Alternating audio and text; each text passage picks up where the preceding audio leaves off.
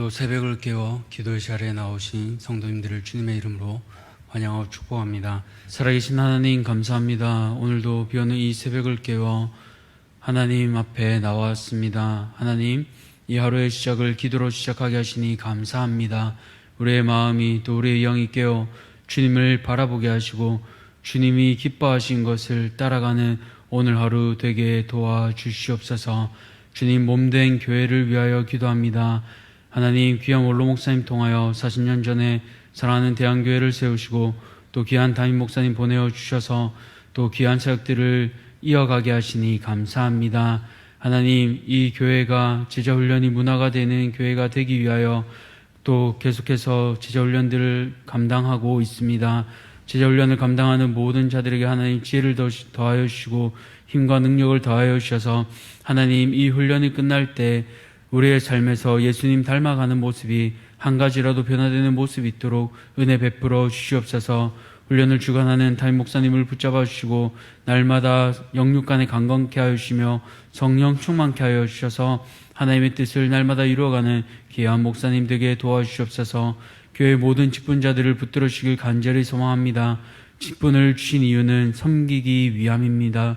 그 섬김을 위해 오늘 우리는 무엇을 하고 있는지 돌아보게 하시고 하나님이 내게 맡겨주신 직분 또 내게 보여주신 것들을 따라 하나님 교회를 섬기는 자들 모두 되게 도와주시옵소서. 이제 여름 사역이 진행되고 있습니다. 사랑하는 다음 세대 또 교육부서 가운데 함께하여 주셔서 하나님 준비하는 모든 교역자와 또 교사들 위해 은혜 베풀어 주시옵소서. 이번 여름 가운데 하나님을 만나는 놀라운 은혜가 있게 하여 주시고 하나님, 이 여름 사역을 통하여서 사랑하는 다음 세대가 더욱 든든히 세워지게 도와주시옵소서. 하나님, 우리 안에 아픈 지체들을 위해서 기도합니다. 하나님, 연약한 지체들 또 영육간의 아픈 지체들 주님 붙잡아 주셔서 몸이 회복되게 하시고 영이 회복되게 하여 주셔서 하나님, 이 교회에서 더욱 주님을 만나고 영육간에 강건케 되는 역사가 있게 하여 주시옵소서. 이제 말씀을 듣습니다. 주님 주신 말씀 붙잡고 주님 주신 음성에 귀 기울인 자들 모두 되게 도와주시옵소서. 이 모든 것들 감사드리며 우리를 죄에서 구원하여 주신 예수 그리스도 이름으로 기도드렸습니다. 아멘.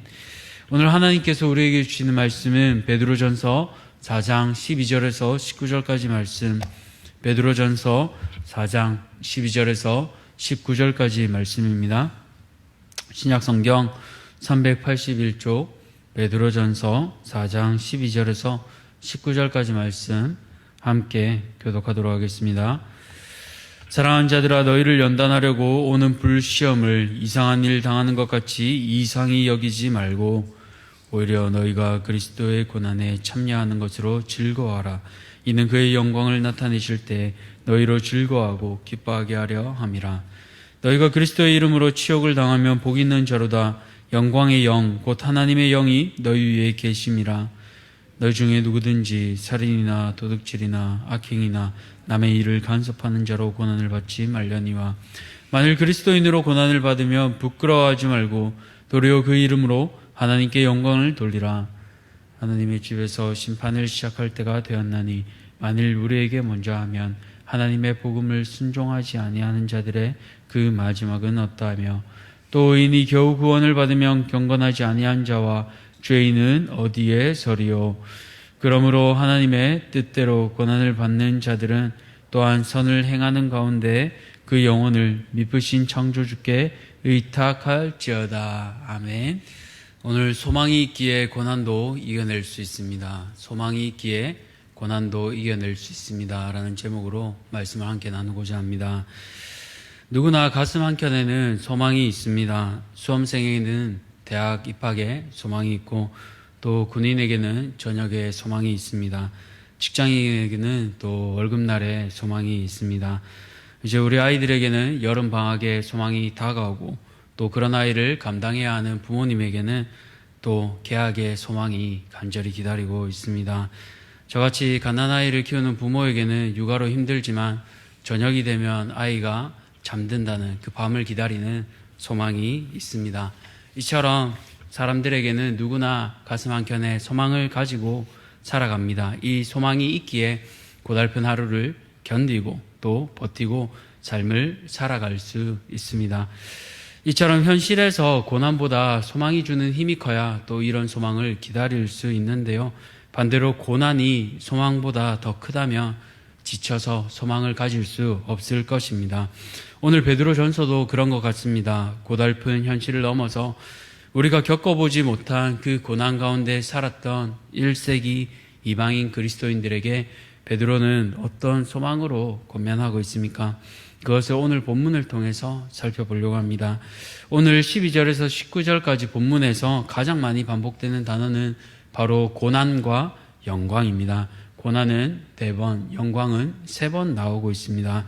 왜 그럴까요? 바로 그것은 고난날에 우리가 붙잡아야 할 것이 바로 영광이기 때문입니다. 다시 말해 우리 성도는 고난이 있더라도 영광을 바라보며 즐거워할 수 있기 때문입니다. 오늘 이 편지를 쓴 사도 베드로는요, 이방인이었다가 그리스도인이 된 지금의 터키 지역의 형제들에게 편지를 쓰고 있습니다. 이 신약 시대에 크게 3명의 형제들에게 그리스도인들은 핍박을 당했는데요. 그 첫 번째가 우리가 잘 알고 있는 네로 황제입니다. 베드로가 편지를 쓰고 있는 이 시점은 바로 그 핍박이 일어나기 1년 전인 64년쯤으로 추정하고 있습니다. 나라 전체적으로 핍박이 있었던 것은 아니지만 여전히 예수를 믿는다는 이유만으로도 근처에서 또 새 그룹으로부터 그리스도인들은 핍박을 받았습니다. 첫 번째로는 통치국가인 로마에게 핍박을 받았습니다. 그리스도인들은 황제를 신으로 모시는 것을 거부했고 이교도 신전에서 드려야 하는 예배를 거부했습니다. 이것은 반역으로 인식되었기 때문에 핍박을 받을 수밖에 없었습니다. 또한 유대인들은 자신들이 그리스도인과 연결된 것을 끔찍히 싫어했습니다. 그렇기에 사도행전을 보면 그리스도인을 핍박하고 도시에서 쫓아내고 로마 관리들에게 연락을 넣어 체포하게끔 하기도 했습니다. 우리가 잘 아는 바울도 처음에는 이런 역할을 했습니다. 그렇기에 유대인들로부터도 핍박을 받았습니다. 마지막으로 그리스도인은 가정에서 핍박을 받았는데요. 로마법에서는 가장이 절대적 권위를 가졌습니다. 그렇게 모든 가족들은 가장인 아버지가 남편이 믿는 신을 따라야만 했습니다. 그렇게 남편이 그리스도인이 아니라면 아내와 자녀 또 종들은 엄청난 핍박을 각오해야만 했습니다. 그렇게 앞서 3장에 보시면 믿는 아내들을 향해 권면하고 있는 것입니다. 이와 같은 신자들에게 우리가 읽고 있는 베드로 사도의 편지는 좀 의아한데요. 오늘 본문 12절을 보십시오. 시험에 대해 베드로 사도가 이렇게 말하고 있습니다. 사랑하는 자들아, 너희를 연단하려고 오는 불시험을 이상한 일을 당하는 것 같이 이상히 여기지 말고, 그냥 시험도 아니라 불시험으로 표현하고 있습니다. 이 시험을 이상히 여기지 말라고 합니다. 예수 믿으면 우리가 생각할 때 어렵다는 상황도 풀리고 가정도 잘 돼야 남들이 볼 때 뭔가 있어 보일 것 아닙니까? 그런데 고난당하는데 이상히 여기지 말라니요. 왜 그렇습니까? 이 시험은 아시는 것처럼 유혹이 아니라 연단이기 때문입니다. 템테이션이 아닌 테스트입니다. 그렇기에 이 깊이의 축복을 통해 믿음의 내공이 쌓이고 또 더 예수님 닮아갈 것이기에 베드로는 그리스도의 고난에 참여하는 것에 즐거워하라고 합니다. 오늘 우리가 보는 이 즐거워하다라는 단어는 원어로 아갈리오 메노이라고 하는데요. 이것은 그냥 기뻐하는 것이 아니라 너무 기뻐서 어찌할 바 모르는 아주 큰 기쁨을 우리가 당할 때 씁니다. 베드로는 왜 이렇게 큰 기쁨을 얘기하고 있을까요? 그것은 바로 베드로가 오늘 나오는 고난과 영광 모두 겪어본 사람이었기 때문입니다. 잘 아시는 것처럼 사도행전을 읽어보시면 베드로는 3번이나 감옥에 갇혔습니다. 사도행전 4장, 5장에서 복음을 담대히 전하다가 사두개인과 제사장 무리들에 의해 감옥에 갇혔다가 또 풀려나게 됩니다. 그리고 사도행전 12장에서는 잘 아시는 대로 마가의 어머니 집에서 교회가 갇힌 베드로를 위해 기도할 때 천사가 나타나 베드로를 옥문에서 구출합니다. 그런데 베드로가 갇혀있던 그 상황은 어떤 상황이었습니까? 내일이면 사형을 앞두고 있던 베드로, 그가 갇혀있던 곳은 엄중한 헤롯 궁궐의 가장 깊숙한 곳인 안토니우스 요새 안쪽 감옥에 갇혀 있습니다. 베드로가 도망가지 못하도록 군인이 총 16명이나 동원되었습니다. 병사 넷이 동서남북 방향에서 양손이 각기 사슬에 묶여있던 그 베드로를 지키고 나머지 12명도 베드로가 도망가지 못하도록 보초를 서고 있었습니다. 그렇게 옥중 깊은 곳에 있던 이 베드로를 하나님은 천사를 통해 구하셨습니다. 고난 가운데도 자신을 지키신 그 하나님을 베드로는 깊이 경험했습니다. 그러나 이것을 겪지 않고 기도만 하고 있던 이들은 여종인 로데가 베드로가 왔다고 하자 미쳤다고 오히려 핀잔을 주었던 것을 우리는 잘 알고 있습니다. 이런 베드로는 또한 고난뿐 아니라 주님의 영광을 직접 맛보기도 한 자였습니다. 잘 아신 것처럼 마가복음 9장을 보시면 우리가 아는 그 변화산 사건이 나옵니다. 예수님께서 베드로를 포함한 3명의 수제자를 데리고 변화산으로 올라가십니다. 거기서 영광스러운 모습으로 변화하시고 베드로는 정신을 못 차리고 여기서 초막을 짚고 살자고 합니다. 이처럼 베드로는 고난 가운데서도 자신을 돌보시는 하나님을 만났고 또 12제자 중에서도 3명이라는 소수만 경험했던 그 예수님의 영광된 모습을 직접 맛보았던 사람입니다. 그렇게 그는 그리스도의 이름으로 치욕을 당하면 복 있는 자로다라고 감히 말할 수 있는 것입니다. 이처럼 예수 믿는 고난으로 인해 핍박받으면 복이 있지만 우리의 연약함으로 욕을 먹는다면 그것은 고난이라 할 수 없습니다. 그렇게 15절을 보시면요.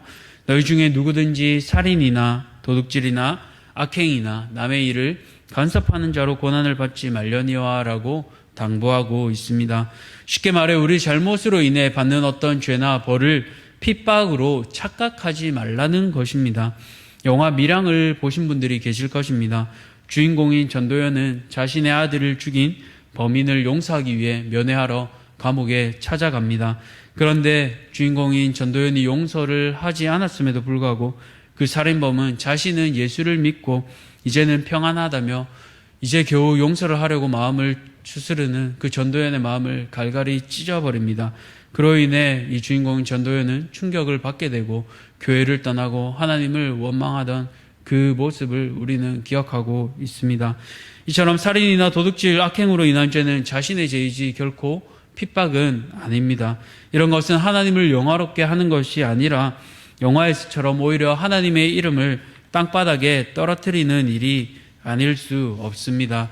오늘날 소위 기독교가 개독이라고 불리게 된 것은 이처럼 하나님 중심이 아니라 내 중심으로 모든 것을 생각하며 살아가기 때문입니다. 그렇기에 초대교회 성도들에게 이런 것을 조심하고 부끄럽지 않도록 그리스도인답게 살아라고 베드로는 권면하고 있는 것입니다. 반대로 하나님의 뜻대로 고난받는 자들은 어떻게 버틸 수 있습니까? 그것은 앞서 말한 것처럼 바로 소망이 있기 때문입니다. 17절을 보시면 하나님의 집에서 심판을 시작할 때가 되었나니 만일 우리에게 먼저 하면 하나님의 복음을 순종하지 아니한 자들의 그 마지막은 어떠하며 라고 말하고 있는데요. 여기서 하나님의 집은 바로 교회입니다. 하나님께서는 먼저 믿는 자들을 심판하실 것입니다. 하나님의 복음을 받아 그분의 백성과 자녀들이 평가받는다면 그 복음을 거절한 이들에 대한 평가는 어떻겠습니까? 그렇기에 이것은 세상의 위협에 주눅들지 말고 하나님 앞에 신실하게 살아라는 베드로 사도의 격려입니다. 또한 고난받는 자들은 창조주 하나님께 의탁하라고 말하고 있습니다. 우리 힘으로는 고난을 결코 이겨낼 수 없습니다. 그렇게 고난의 순간에 우리는 우리의 영혼을 하나님께 의탁해야 합니다. 말씀으로 세상을 만드신 분, 아들을 사랑하여 죽기까지 내어주신 그분이 무엇을 못하시겠습니까? 그분이 우리 사랑하는 성도님들의 이름을 아십니다. 또 상황을 아십니다. 기도 제목과 눈물을 기억하십니다. 그 하나님 앞에 오늘도 우리의 연약함을 내어놓으며 온전히 의탁하는 하루가 되시기를 소원합니다. 말씀을 맺겠습니다. 사랑하는 성도님들, 고난만 볼 때에는 결코 우리는 즐거워할 수 없습니다. 고난을 즐거워하는 사람은 아무도 없습니다. 그러나 고난이 주는 유익, 그것을 우리는 예수님을 더 닮아가게 하는 기피의 축복인 줄 알고 있습니다. 그 기피의 축복을 통해 우리는 세상 사람들이 결코 알 수 없는 위로오는 위로, 주님이 주시는 그 위로를 받게 됩니다. 내가 예수 믿는 것으로 인해 믿지 않는 가족들에게 핍박과 조롱을 받을 때나 세상에서 남들 다 하는 것, 예수 믿는다는 이유로 하지 않을 때 받는 조롱, 그 모든 것 예수님께서 이미 모두 겪으셨습니다. 십자가를 지며 침뱉음을 당하셨고 또 유대인의 왕이라 조롱당하며 가시면류관 쓰셨습니다. 속옷 하나 걸치지 않은 채 자신의 어릴 적 친구들 또 가족들 제자들 앞에서 부끄러운 모습으로 십자가에서 피 흘리며 죽어 가셨습니다. 그 예수님의 고난보다 더 큰 고난이 우리에게 있을까요? 그러나 우리는 조그만 고난에도 오늘도 힘겨워하고 신음합니다. 그럼에도 하나님께서는 우리의 연약함을 아시고 들으십니다. 그 하나님께서 고난을 허락하심은 예수님을 닮아가기 위함입니다. 그리스도인은 예수 닮아가는 사람입니다.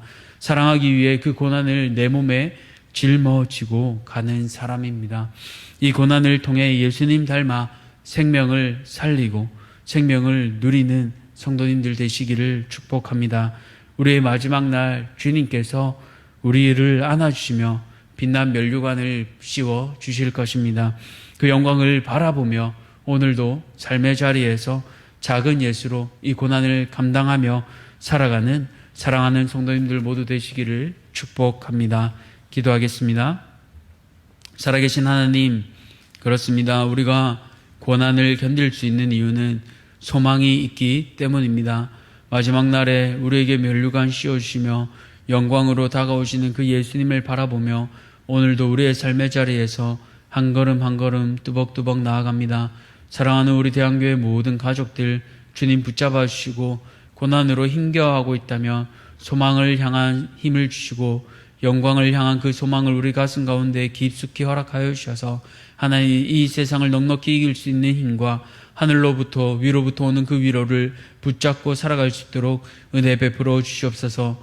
오늘 하루도 우리 가운데 감당해야 할 그 십자가 단단히 붙잡게 하여 주시고 주님이 주신 힘으로 가족과 우리를 부르신 직장과 우리를 부르신 삶의 터전에서 승리하며 살아가는 사랑하는 모든 대한가족들 되게 도와주시옵소서.